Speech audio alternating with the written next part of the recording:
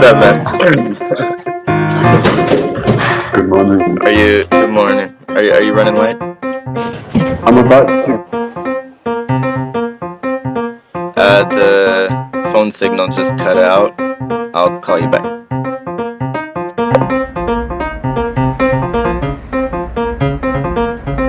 Or call me when you get into the car.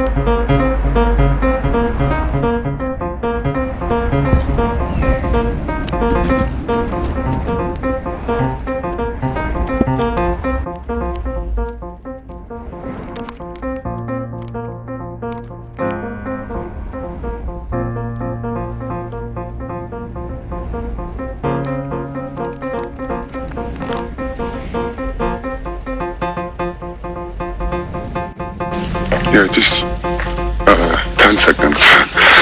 And I'm at my car. And then as soon as I sit there, call you.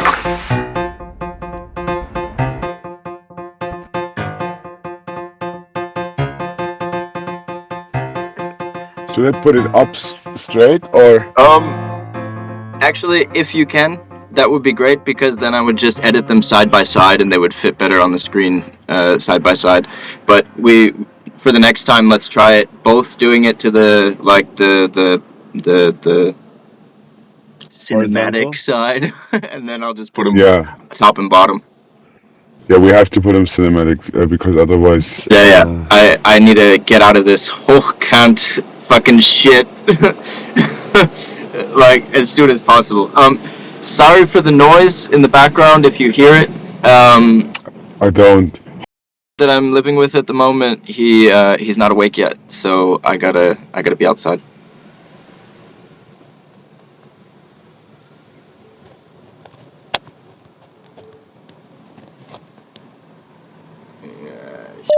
Shit.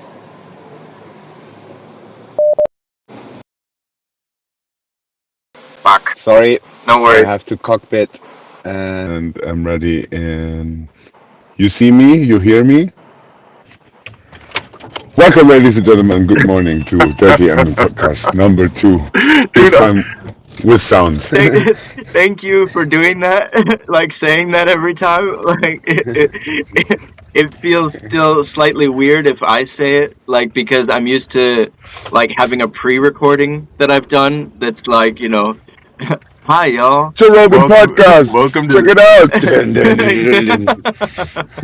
That would even be better, yeah. Well, that would actually be genius, because then we could just have our normal phone calls, which end up in genius conversations, and just don't have to worry and bother about other people listening, because you're just, yeah. No, don't worry. The more we do it, the simpler it gets, in the sense of the more comfortable we get with just doing it. Period. Exactly. Right now, what we're doing is laying really great groundwork for just getting very comfortable with the process. Great. Yeah. I'm also really enjoying that all of the past years of experience and ideas and thoughts just come together. I had a Zoom voice recorder in my cupboard for about 4 years now. Hey, don't worry, and I never used it. Don't worry. Never. You're not gonna use it. You're not gonna use Oh, I'm it. using it. I'm using it for sure. Because What I'm one saying. guy, What I'm saying is, the next person that I go to meet today is my friend Maxi, who's a sound recordist, who's out of work at the moment, who would be our sound recordist for the podcast, and setting it up so we can record perfect audio and not have it come over just the phone.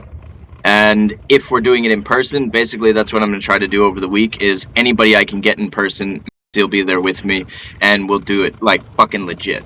Like legit. I could even ask the guy, the DOP, from France, Swiss, a French part of Switzerland. Does he have a He camera? He has shit. He has like cinema stuff. Dude, if you want to fucking ask for that, I could use that over the week. Like, I would abuse the shit out of it. Like, I would use. No, let him just do it. No, that's what I mean. That's what I mean. Is like tell him what you need from him. Exactly. Because he wants to meet up, and best part, I think you're already gonna be gone. Probably, yeah, you're probably gonna be gone already. But he's moving into a office building. Pretty close to where I'm shooting every day. Perfect. Perfect. And he really wants to work with us. He heard the ideas about your podcast. He heard the ideas about production companies joining together and co-creating something bigger than Did, yeah. did you tell him about how the Dirty Ambiance podcast is the most cinematic podcast in existence? Not yet, because I also know modern. Is it modern wisdom, Yeah, that Chris? motherfucker, he updid us. He updid us. But that's the thing. He doesn't do that every single time. He did it once. I Yeah, don't know if because he's continued. But our yeah, purpose yeah. is to do No, it no, every he single goes time. strong. Yeah, This yeah. guy, motherfucker. Shout out to this guy. He's going strong.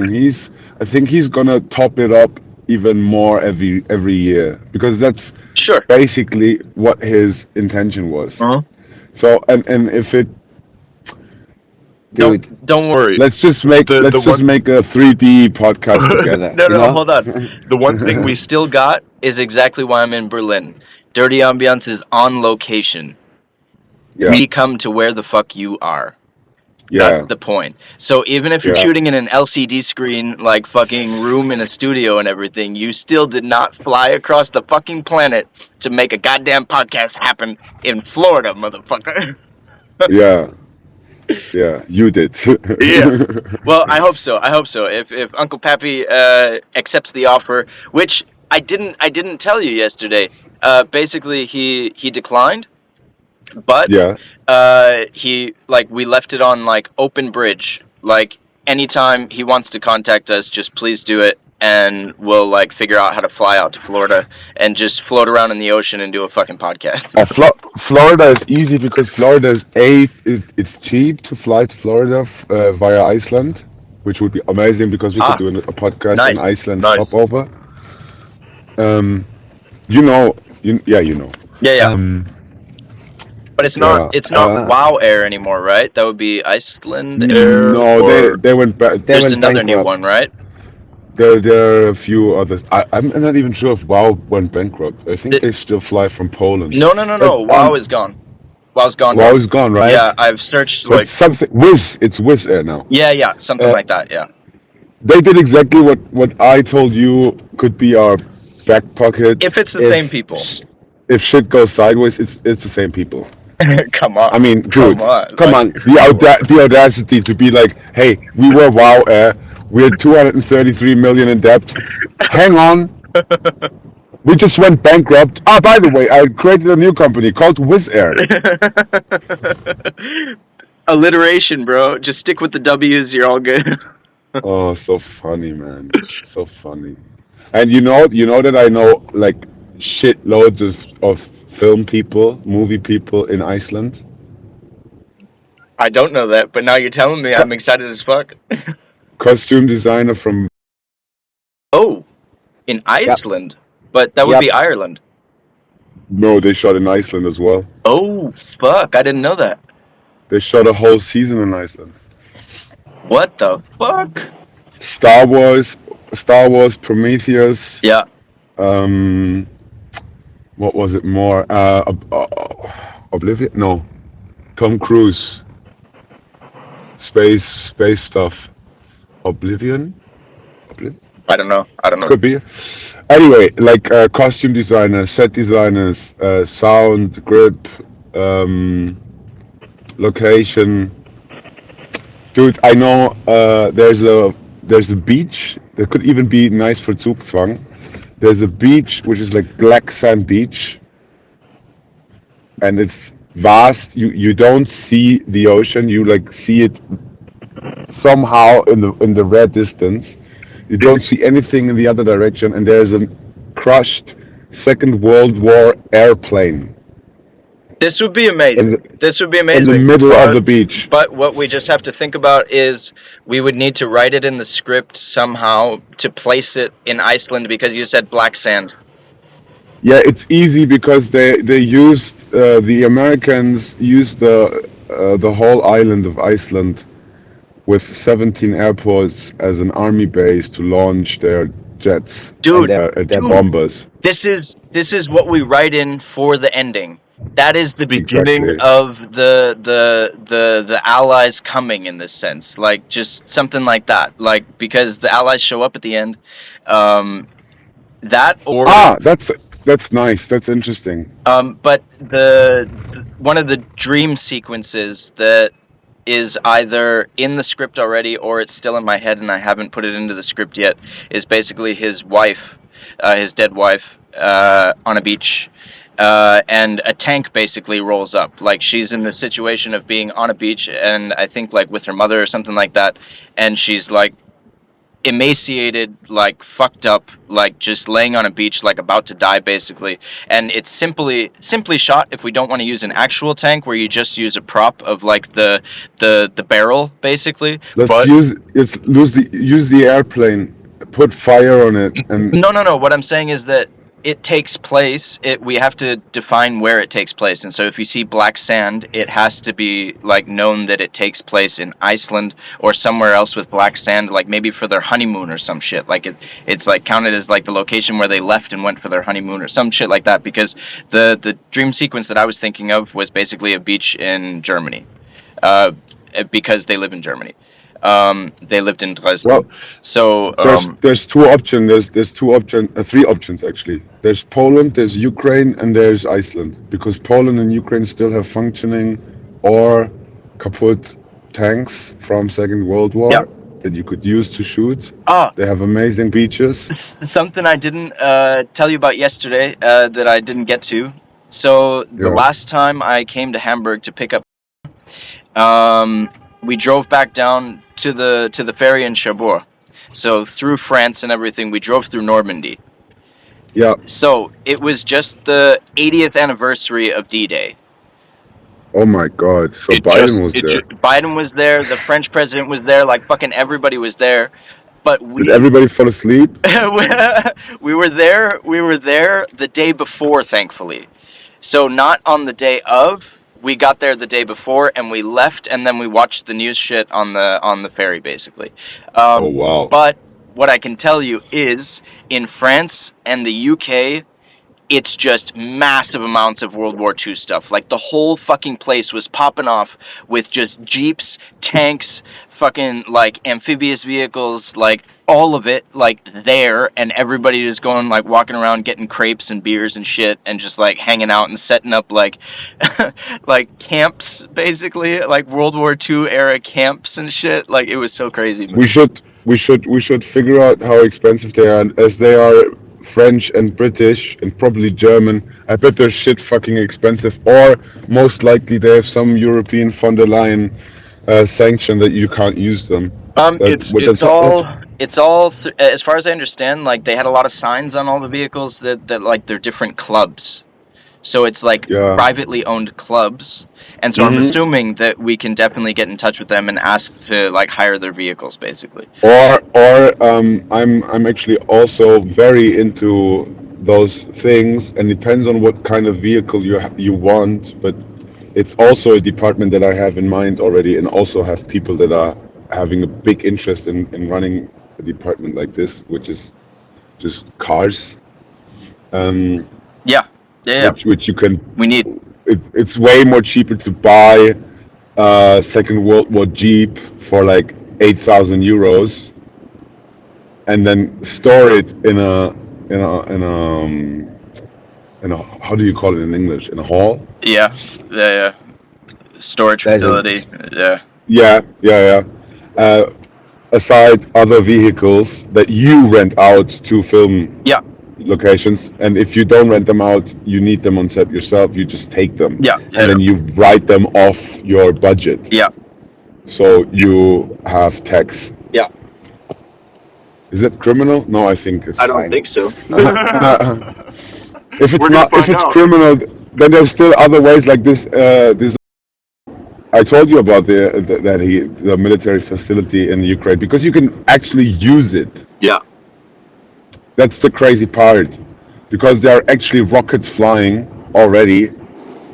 There's not a big deal if you are on a privately secured military base that is built for shooting, but is part abandoned, part in use, you could just blow up a tank. Well, the question from my end would just be that at least at the moment we don't need anything like that for Zugzwang because it's not written in unless we do rewrites and write it in.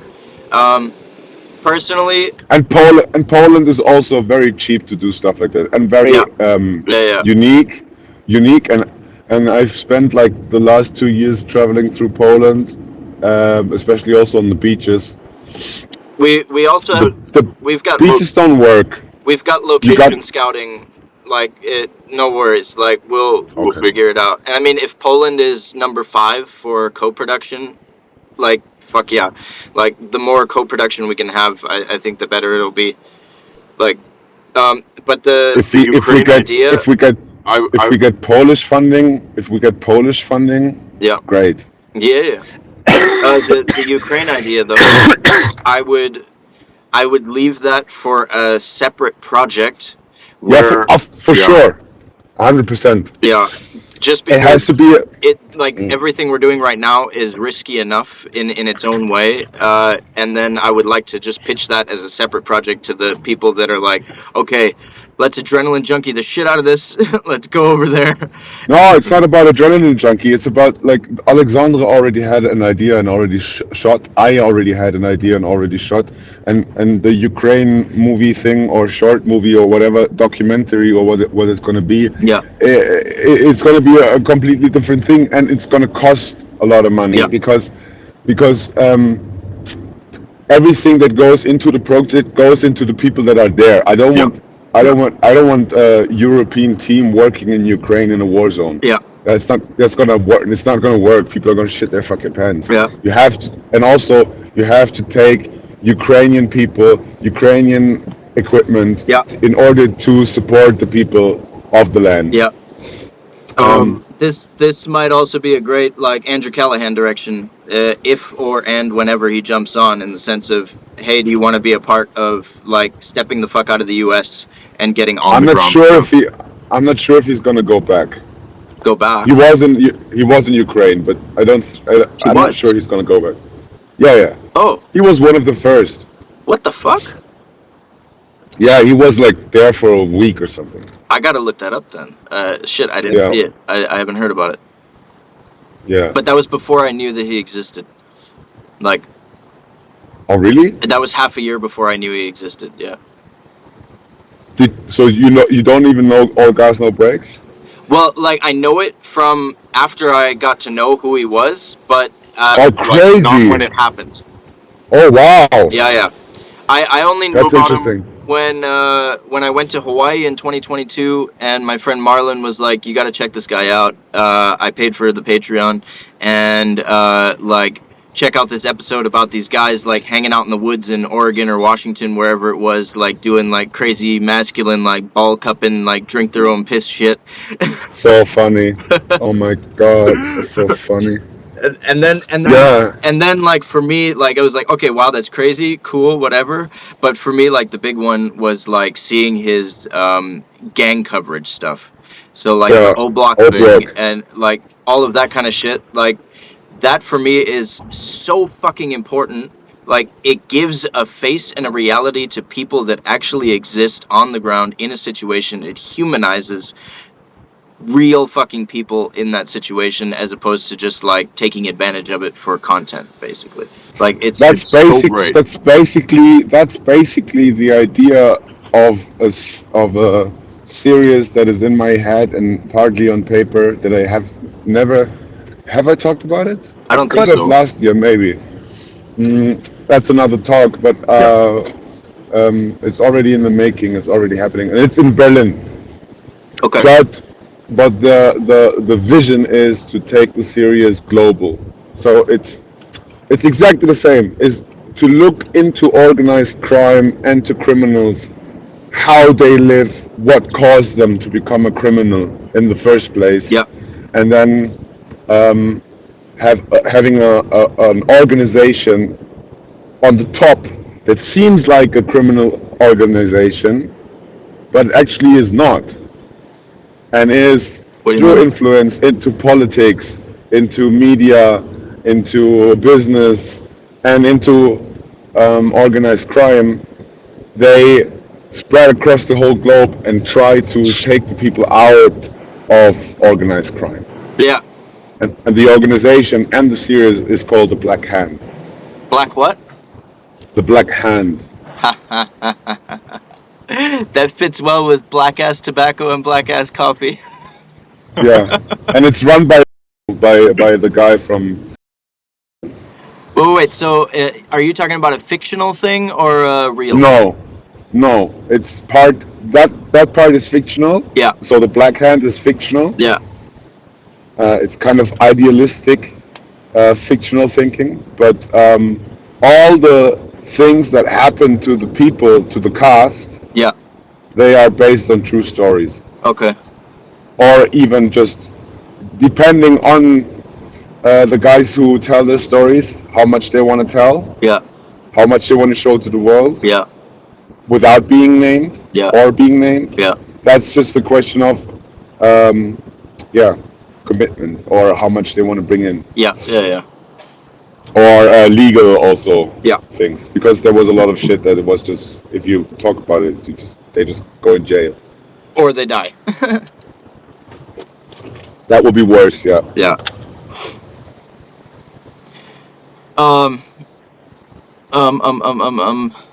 Okay. Yeah. Going back to the initial idea of the call, which was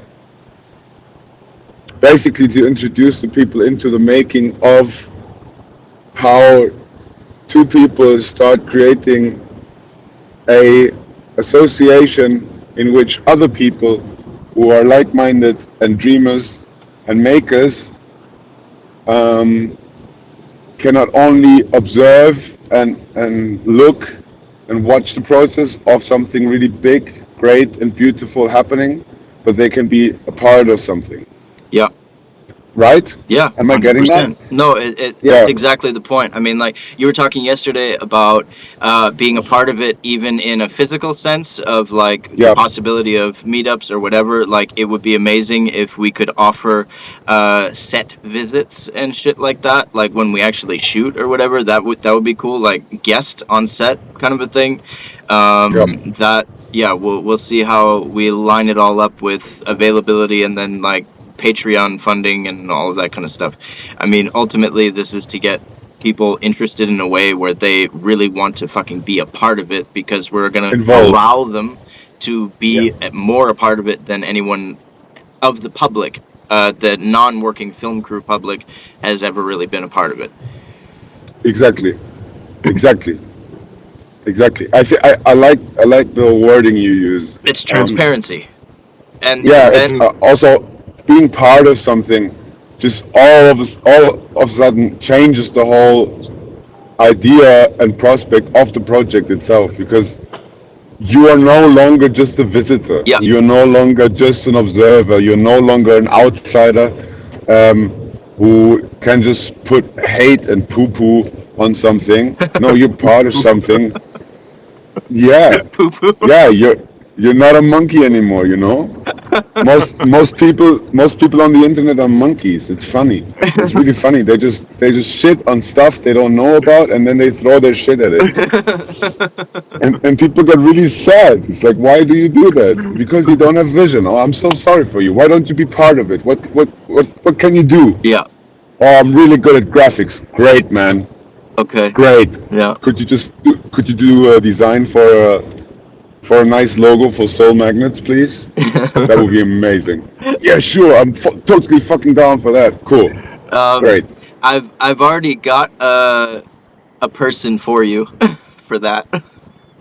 Oh, I'm already sending it out to 3 people. Okay. But never mind then. Sure. No, the more ideas, the better. Like, I would at least like to have 5 creatives work on it. Yeah. In the sense of working on it. Working is the wrong name maybe, but just having a short creative process with their idea of what a soul magnet could be. Yeah. I don't tell them anything about it. Yeah. I don't tell them it's Soul Magnets Productions. I just tell them, hey, I'm starting something. that's aiming for soul magnets. Could you make a logo out of that? Yeah. And they just go with it, Um. and then see what pops out. So the person that I would recommend, do you know the Dirty Ambiance logo? Yep. So that's my brother, the tattoo artist in Hawaii.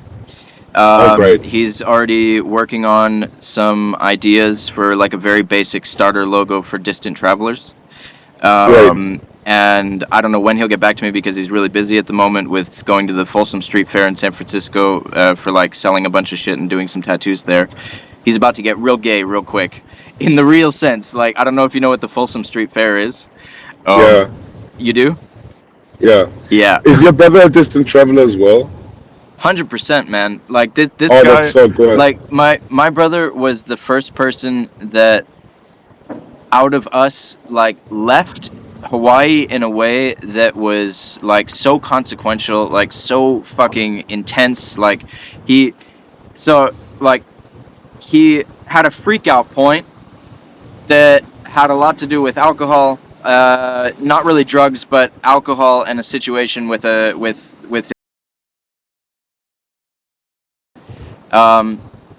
and basically he just like he was just like, fuck, I can't be here, I need to leave, and he left Hawaii and just like traveled the US by hitchhiking, by train hopping, by like basically just busking for money and like all of that kind of stuff. Like met a whole bunch of people, and then at the end of it, like, also it was not a productive situation because it was something where he was basically like running.